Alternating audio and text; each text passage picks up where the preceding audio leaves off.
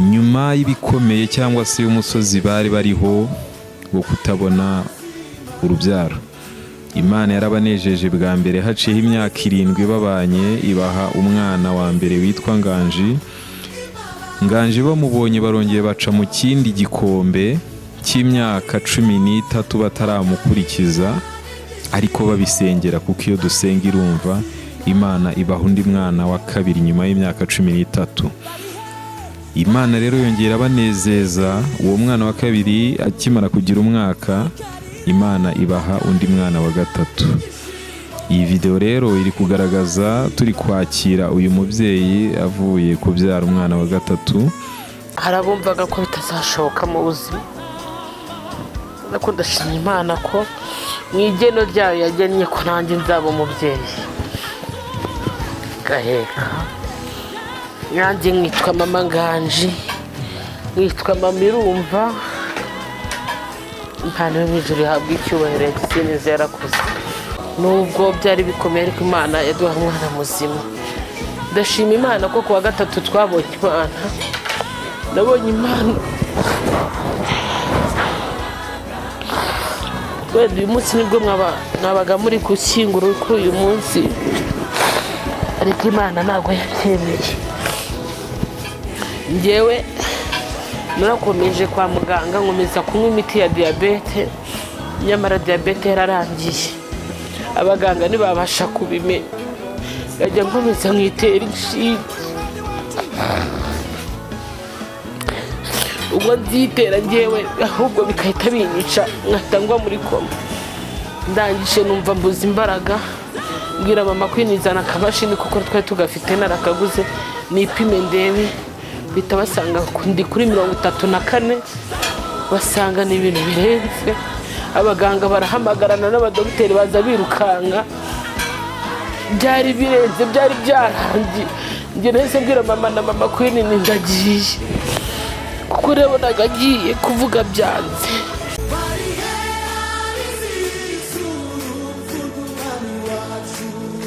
Twongeye kugusuhuza wowe ugeze kuri ino video cyangwa kino kiganiro. Tukwifurije amahoro n'imigisha bya Nyagasani. Njyewe muvugana ni Sam Start Du cyangwa Papa Ineza. Ayo mazina rimwe muri ryo uyanditse kuri YouTube wambona, kuko niyo YouTube channel dukoreraho yitwa Sam Start Du cyangwa se Papa Ineza. Bikugoye niko wandika. Twita ku buzima bwo mutwe, tugahumuriza, hanyuma twanahwitura, hanyuma tukanashimisha. Ahangaha tugiye gushima Imana twifatanya n'uyu muryango wa Hakizimana Innocent. Ubwo Imana yabanejeje ikongera ikabagarukaho nyuma y'ibikomeye cyangwa se y'umusozi bari bariho wo kutabona urubyaro.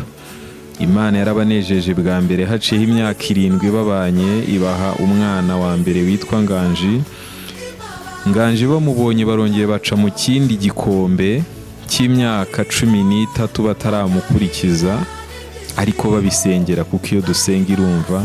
Imana ibaha undi mwana wa kabiri nyuma y'imyaka 13. Imana rero yongera banezeza. Uwo mwana wa kabiri kimara kugira umwaka, Imana ibaha undi mwana wa gatatu. Iyi video rero iri kugaragaza turi kwakira uyu mubyeyi avuye kubyara umwana wa gatatu. Byari ibihe bigoye kuko yari afite n'ubundi burwayi bwinshi. We nutarangara uraza kubibona byose muri ino video.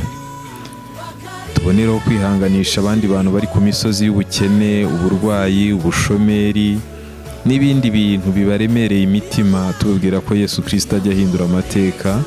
Imana yabanye n'uyu muryango, namwe yabana namwe, kandi namwe muri kumwe, ntaho yagiye. Ibimenyetso birahari, ntago ari ugupapira. Dusabiye umugisha rero abifatanyije n'uyu muryango kugira ngo bakire uno mubyeyi, n'abagize uruhare kugira ngo iki gikorwa cyo kumwakira kibeho, ndetse n'ababanye nawe kwa muganga. Tubasabiye imigisha. Nawe kuri iki kiganiro tugusabiye umugisha, umwami Yesu Kristo awukugezeho.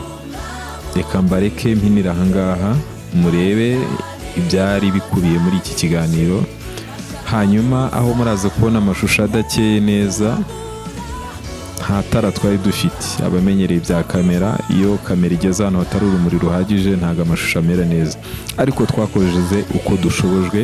Reka minere aha ngaha, ibindi Yesu Kristo aduhane umugisha.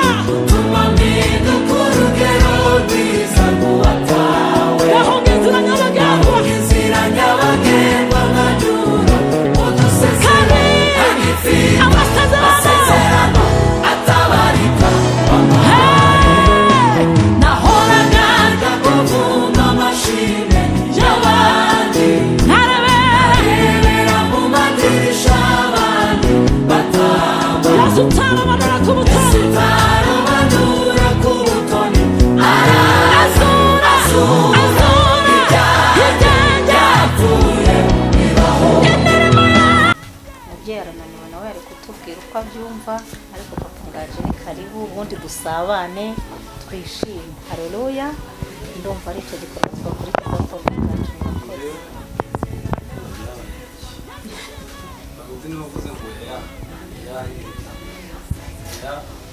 Imana twigaragaza kandi namwe murabibona, twigaragariza inyuze muri twe twenyine, namwe banabona mugasenga mukagira gute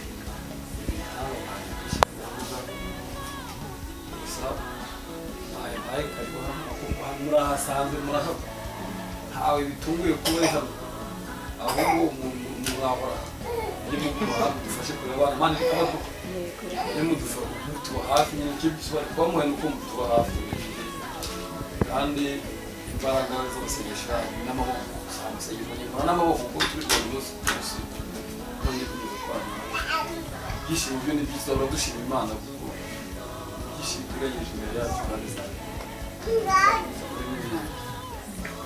akantu njye nakunda gusa gakunda yihangana agakoresha sinyamvira Imana ngo ugejeje ukora oya yarakoze izakora n'ibindi agejeje ukora utarashimamo nyina atangiye gushima arashima narashimye, ariko ubivuga gutyo nawe ufite impamvu abivuga gutyo, ariko ngewe ntabwo njya mbwira Imana ngo ugejeje ukora kuko ni henshi yakuye umuntu n'ahandi nayigeze ni kure, uvuga ngo hafi twagera nta handi naho Imana iduteganyiriza, uvuga gutyo we nta kibazo kuko ashima Imana, ariko njye siko njya mbivuga Imana ni yawe mu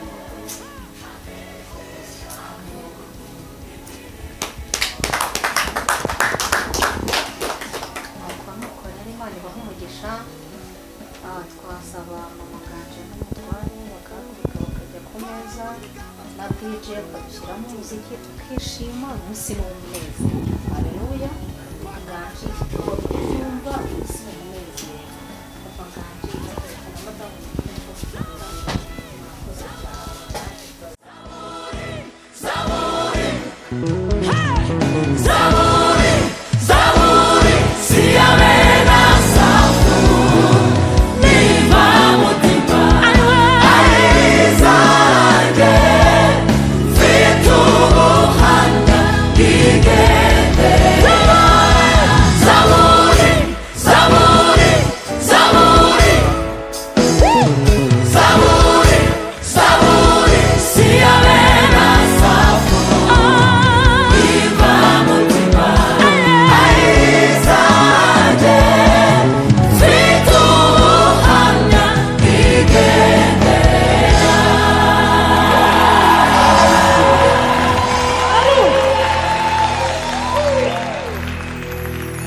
cyangwa umuntu wese akaba afite ubuhamya buzima bushitse bw'icyo Imana yakoze ku buzima bwe.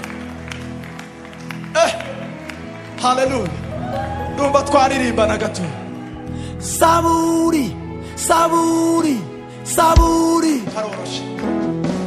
saburi, saburi, siyabena safu nimba mutima aizange fitubuhamya gigendera. Saburi, saburi, saburi, saburi, saburi, siyabena safu nimba mutima aizange fitubuhamya gigendera. Saburi, saburi, saburi, saburi, saburi, saburi, siyabena safu nimba mutima aizange fitubuhamya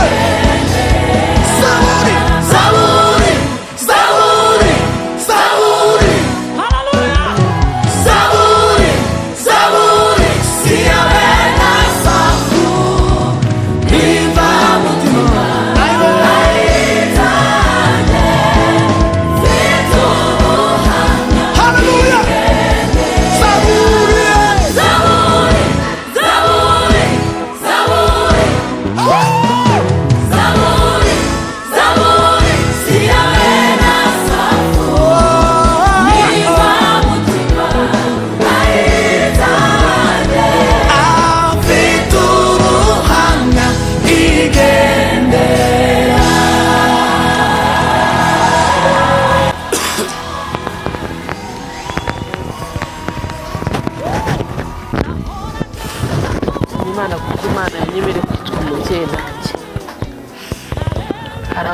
Hari abumvaga ko bitazashoboka mu buzima, ariko ndashima Imana ko mu igeno ryayo yagennye ko nanjye nzaba umubyeyi gaheka. Nanjye nkitwa mama Nganji, nkitwa mama Irumva. Imana yo mu ijuru ihabwa icyubahiro, yagize neza, yarakoze. Ku itariki 20 z'uku kwezi kwa 11 nibwo twujuje imyaka 20 tubanye, twubatse urugo. Urumva mu myaka 20 dufite umwana w'imyaka 13, urumva habari biba byaraciyemo. Imyaka 13 hagakurikiraho undi umwaka umwe, ubwo urumva nyine n'izindi ntambara ziba zaraciyemo, bikageraho ubu ngubu noneho dufite umwana wa 3. Ibyo ndabishimira Imana. Muri izo nzira z'urugendo rurerure nagiye mbona Imana yarakoze, kandi Imana yabaye mu ruhande rwanjye, kandi namwe mwagiye mukomeza kuba mu ruhande rwacu mudukomeza. Imana ijye ibaha umugisha kuko muri inshuti nziza, muri abavandimwe beza. Imana ijye ibaha umugisha. Ndashima Imana rero kubw'uyu munsi, cyangwa se kubw'iki gihembwe giciyeho cy'uru rugendo rwo kugira ngo Imana duhe uriya mwana. Ndashima Imana kuko hari ibyagiye bigaragara bikomeye bitari bushoboke ko byageza kuri uyu munsi ndi muzima, cyangwa umwana nawe ari muzima. No kwa muganga, abaganga bose nagivuyeyo, wageraga ahantu nari ndwariye, umuganga wese yagera ngo Esther niwe waje, Esther niwe waje, ukabona ndi inshuti z'abaganga, ari abadogiteri bose nawe utari umaze kumenya, kubera amateka nanditse muri ya bitaro bavuga ko ari ugukuramo inda umwana bakamukuramo. Urumva si byari kumukuramo ngo bamushyire mu byuma.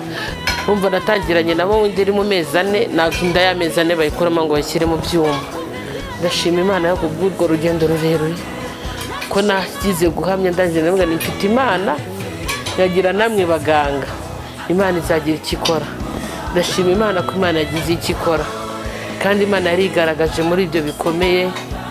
Bo babonaga bafite guhamya ariko bakana ko bidashoboka, ariko ibidashoboka ku bana b'abantu ku Mana byo birashoboka. Ndashima Imana, ejo bundi bwo nagiyeyo nazinze imyenda ndi umuntu ugiye kubayo, wenda ndategereza mu byumweru 2 cyangwa 3, ngiye gutegereza. Nyinjira bitamurana n'umudokiteri wankurikirana, we yari yaragiye hanze iwabo iyo ngiyo, akimbona abonye ibipimo ahita avuga ngo nimuhitemo mujyana ako kanya, ngo mba ndabyaye. Umve ko ninjiye muri sale dope saa 12 zuzuye, nsohokamo saa 2:15. Byari bikomeye, bigeraho bantera amaraso, banyingira amaraso. Hari aho bageze abadokiteri mbona ko bibananiye birangiye, ndavuga ngo ntako batagize, nubwo bibananiye ariko ubwo nakundi, nubwo nuko Imana yabishatse, kuko nabaga ndi ku mwuka. Ariko ndashima Imana ko aho ngaho nabanye n'Imana, Imana ikigaragaza, ikatwiyereka tukayibona. Imana ikaduha umwana muzima, nubwo byari bikomeye ariko Imana yaduha umwana muzima. Ndashima Imana ko kuwa 3 twabonye Imana, nabonye Imana. Wenda uyu munsi nibwo mwabaga muri gushyingura kuri uyu munsi, ariko Imana ntabwo yabyemeye. Njyewe narakomeje kwa muganga, nkomeza kunywa imiti ya diyabete, nyamara diyabete yararangiye, abaganga ntibabasha kubimenya. Ngajya nkomeza nkitera inshinge, ubwo nzitera njyewe ahubwo bikahita binyica, nkatangwa muri koma. Ndangije numva mbuze imbaraga, mbwira mama kwinizana akabashini kuko twari tugafite narakaguze, nipime ndebe. Bita basanga ndi kuri 34, basanga ni ibintu birenze. Abaganga barahamagarana n'abadogiteri baza birukanka, byari birenze, byari byarangiye. Njye nahise mbwira mama na mama kwinini ndagiye, kuko nabonaga agiye kuvuga byanze, kuko ugeze muri ibyo bipimo nyuma ubwo naza kugera ku kamashini ngo mpime, no gukomeza kujya ndwana nabyo bikarangira bita njya muri koma ako kanya. Bahita bazana amaji adafunguye bayasunika n'amasukari, abaganga basunika amasukari, bose bibarenze. Imana irangarura, ndayishima. Nanone nagiye gutaha, umuganga umwe ati ni wewe ugiye, ati ibintu byabereye hano buri wese aracyabyibazaho, kuko imana yawe yaragukoreye. Ndashima imana kuko uwo munsi imana yangaruye kandi ibyo byari byarangiye. Ndashima imana kuko imana yahabaye, birangira bamvanye kuri izo nshinge barapima bagasanga na diyabete mfite. Ibyo ndabishimira imana kuko numva mvuye kuri izo nshinge za mu gitondo saa sita na nimugoroba niteraga, ibipimo byabaga biri hejuru. Ndashima imana. Ndashimira mama Queen twatangiranye mu buzima kwa ntabwo ndamura icyo bwitura imana izampa umugisha. Nimba umwana wanjye arwaye ntibuza kumurwaza, nimba njye ndwaye turuga akaza, ntabwo areba ku mwana we cyangwa ngo arebe ku rugo rwe, ubona nyitangiye wese. Ndamushimira, ngashimira ab'i Kigali Shangazi, ntabwo twigeze tubura ibyo kurya ari mu gitondo saa sita na nimugoroba. Umugabo warashere ntako atagize, imana imuha umugisha. Mama uko mumubona nawe yaryamaga kuri sima, twabaga turi kwa muganga turi kumwe, nta mbaraga afite. Imana mwese ibaha umugisha, abantu bagize kwitanga mwese imana ibaha umugisha ko muri aha ngaha. Numvishije nabasangiza urugendo nanyuzemo n'urwo ngurwo, kandi imana igikomeza kuba umugisha ku bw'ishyaka ry'ibyiza mwagiye mugira, kuko n'akaga ko mugakoze numva bishimishije. Njye mbabwije ukuri sinatekerezaga ko murakora nk'ibi, kuko njye navugaga nindamuka neguye no gushima imana. Nta gahunda yo gutumira abantu uretse gushaka utwana twinshi tukijyanira mu rusengero tugashima imana, natangakira utwana twonyine gusa, kuko imana yamaye abana numva ari umugisha kuri njyewe. Imana ibaho umugisha rero kubw'urukundo mwanyeretse kandi kubwo kwitanga kwanyu mukigomwa. Imana ibaho umugisha, murakoze. Ijambo ryanjye ni iryo. Now